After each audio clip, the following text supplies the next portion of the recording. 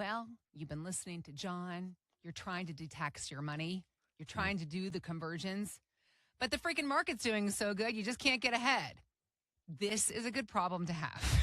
Yes, it is. Let's first be clear, but a problem nonetheless. So we're going to ask you to unpack it. All right, John? Sure. This is John Hicks, founder of J. Hagan Capital. I'm Heather Branch, here to ask John questions that you likely have when it comes to better planning, better preparing for your financial future. After decades of working and saving, you're getting close to retirement. Now you need that money to work hard for you. And perhaps you have been here on the podcast, on the YouTube channel, watching John, taking his advice, making your notes, getting to work. And here we are in a circumstance that, for the diligent, is creating an interesting problem. Like I said, problem, we're air quotes, problems, air quotes. Mm-hmm. So there was this guy, John, he wrote into an advice column on marketwatch.com. He's 65 years old. He says he's been pulling out about 10% of his IRA to do Roth conversions. But the market continues to go up. It's been up over 20%. So his balance keeps going up along with it. Sure. And he is trying to get his money detaxed, but he feels like he's on a treadmill and can't get ahead of it. What would you say to this person?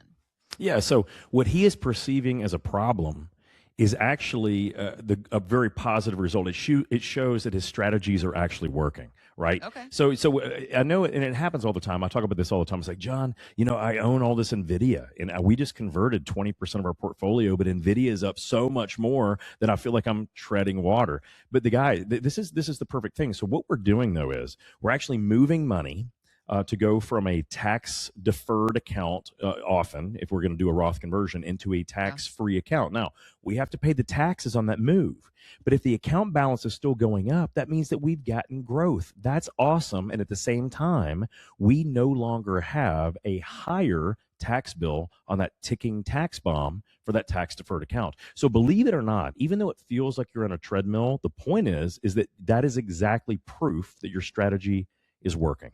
We have a taxed asset, or we have a taxed asset. Yes, it's growing, but we've already offset the loss that we took from having that tax bill. At the same time, we have all the rest of those assets, assuming we invested it similarly in that Roth, hopefully growing at that same clip. So there's all kinds of ways, though, Heather, it can be structured. Should you take your least risky assets, your most stodgy assets, and convert those dollars, and so in your Roth, then you add risk? That is something that we consider all the time. Or the other way around, should you take the assets that have the most appreciation and just put those from your tax deferred account, convert those dollars, and get them in your Roth? Should you do it that way? We always do the math on this. Everyone's going to be different because everyone's income situation comes into factor if they're going to actually utilize those dollars down the road, or if they think it's going to be a gift to the next generation or their surviving spouse, and if they're going to take an income, right? If they're taking an income now from those assets, or if they're going to take it later down the road from a Roth. So those are those three important factors that we always want to talk to people about, because it is a great thing when the market keeps moving up and we do contribution, or when we do conversions. It doesn't seem like we're making any headway, but we absolutely are. It's proof that the strategies, if they happen this way over time, we make out like bandits in the long run. Got it. All right. The other thing that I think it's important to consider for this one gentleman, the example he threw out, this question, how do I get ahead? I think it's interesting how he's talking about, well, I'm pulling 10% out of my IRA to Roth conversions every year. It's like, why 10%? How often do you see people come to you and they're like, well, I'm already Roth converting. How much? 10% a year? Why? I don't know. Yeah. That happens, does it not? Well, because a lot of the gurus, they write stuff like that. You need to convert, 5 to 7% or 5 to 10% or whatever the number is. Everyone, so this is a mathematical solution. This is one of those things where instead of using an arbitrary percentage, we want to go to the top of whatever tax bracket that we want to try to quote unquote game. Right? So the objective is that if we pay taxes now, this is a tax arbitrage play.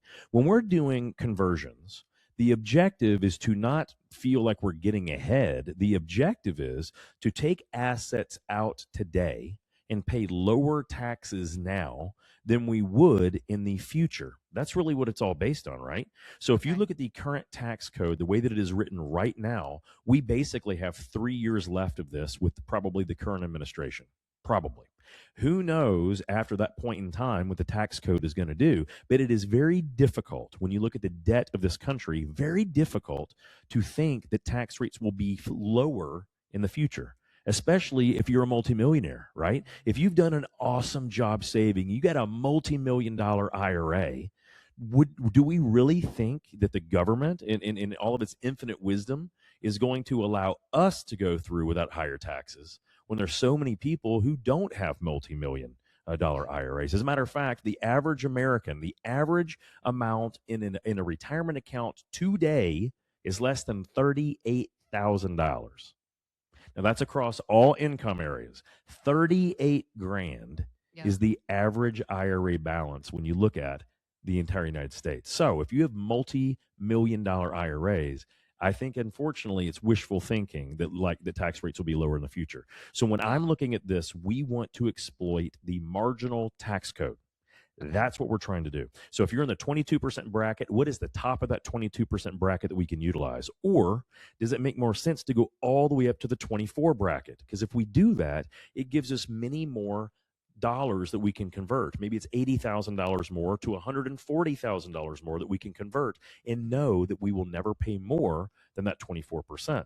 Because in my opinion, if we wanted to be a solvent country, Heather, we would just go back to the tax code that we had in the 1960s.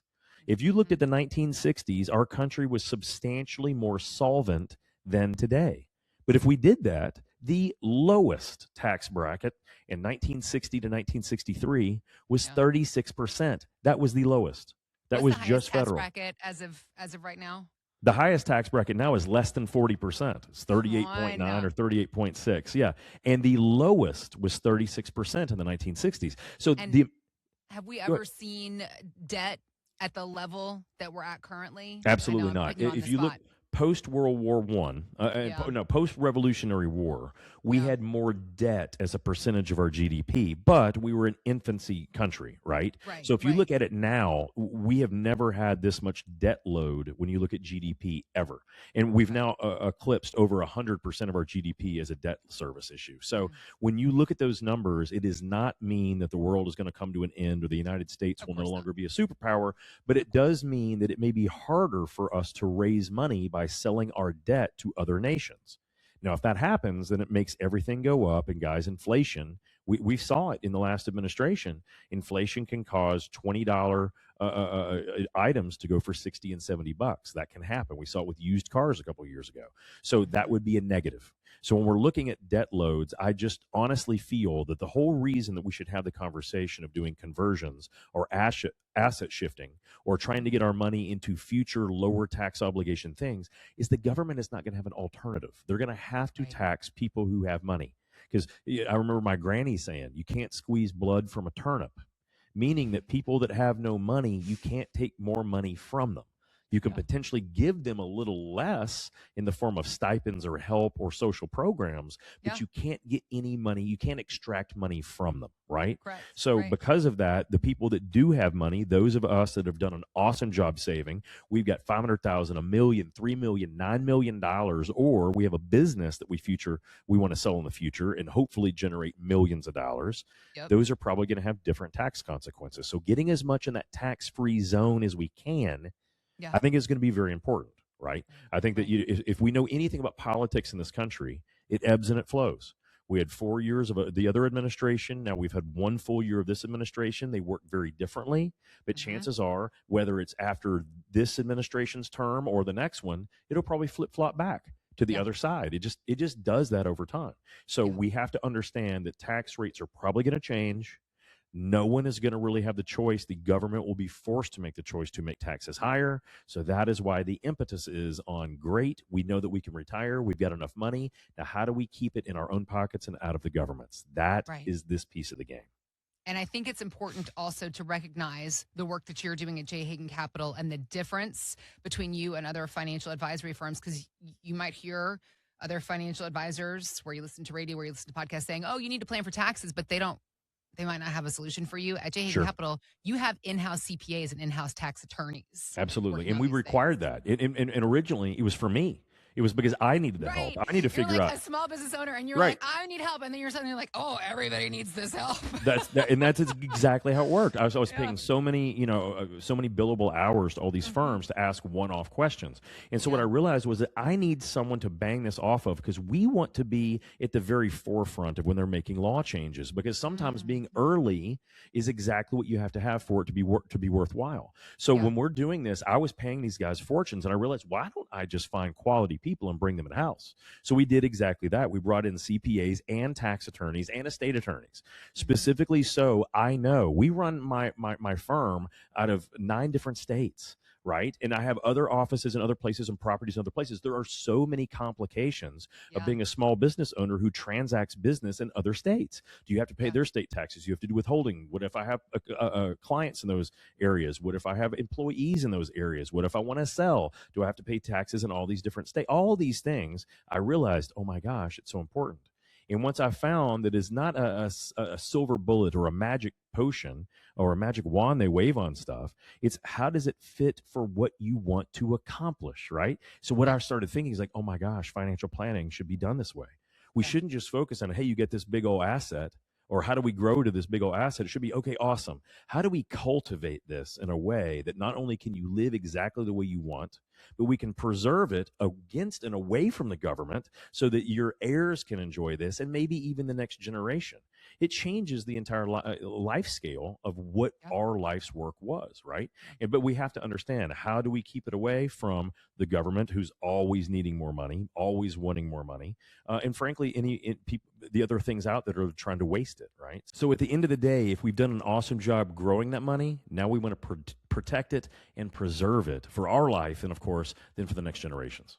Well, at J. Hagan Capital, of course, that's what you're doing every single day for folks. And if you're listening to this podcast, watching us on YouTube, and you're realizing that you need some help as well, we're here for you. RetirementSolutionsShow.com is our website.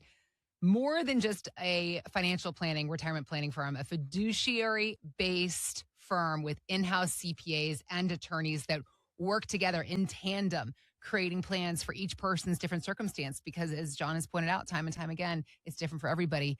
But we do all seem to have one goal, John, and that's to get ahead of this ticking tax time bomb that seems to be just coming for us.